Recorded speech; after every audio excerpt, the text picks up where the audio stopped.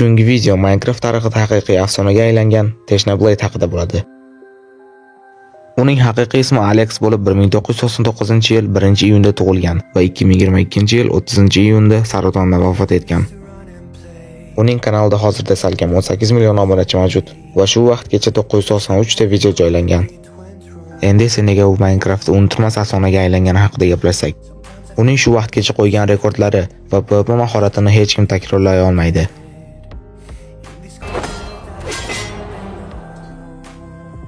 Bunga yana bir misol Dream bilan Technoblade'ning jangini ham eslasa kerak. Bu jang 2020-yil MrBeast'ning MrBeast Gaming kanaliga joylangan va unda Technoblade Dreamni 5-4 hisobida mag'lub etgan. Technoblade'ni bizga eslatib turadigan videolardan biri Minecraft'ni mashina rolida o'ynagani. Va bu holatda hatto drakonni o'ldira olgan.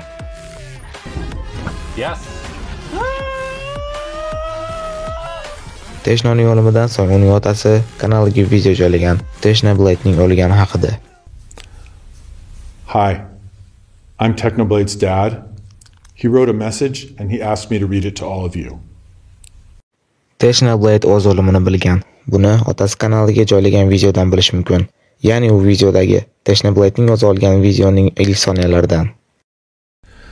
Hello everyone, Technoblade here. If you're watching this, I am dead. Juda ham qayg'uli. Aytgancha, uning o'limidan so'ng faqatgina otasi emas, YouTubening rasmiy kanali ham Technoblade'ning o'limi haqida video joylagan.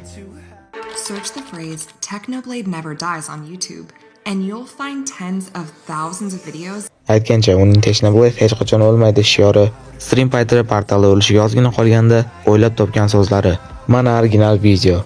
No, it's hitting me through the wall. No!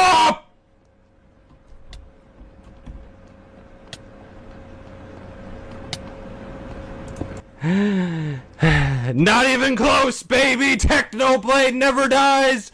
Technoblade never dies! Never question me again, chat! I don't care how many mobs ambush me, I don't care if they have a whole wither army, I don't care if 12 withers spawn at my location, I am incapable of death, iron armor, no helmet, doesn't matter! Technoblade haqida juda ham ko'p animatsiyalar mavjud va ulardan eng sifatlisi Squad Medianing Technoblade Never Dies animatsiyasi. Bu animatsiya 3 qismdan iborat bo'lib, Technoblade'ning deyarli butun hayoti haqida albatta ko'rishni maslahat beraman. Technoblade'ning kanali yo'q bo'lib ketgani yo'q. Hozirda uning kanalini o'zining eng yaqin do'sti Tommy boshqarmoqda. Bu so'zlarni qayta aytish mumkin. Technoblade never dies!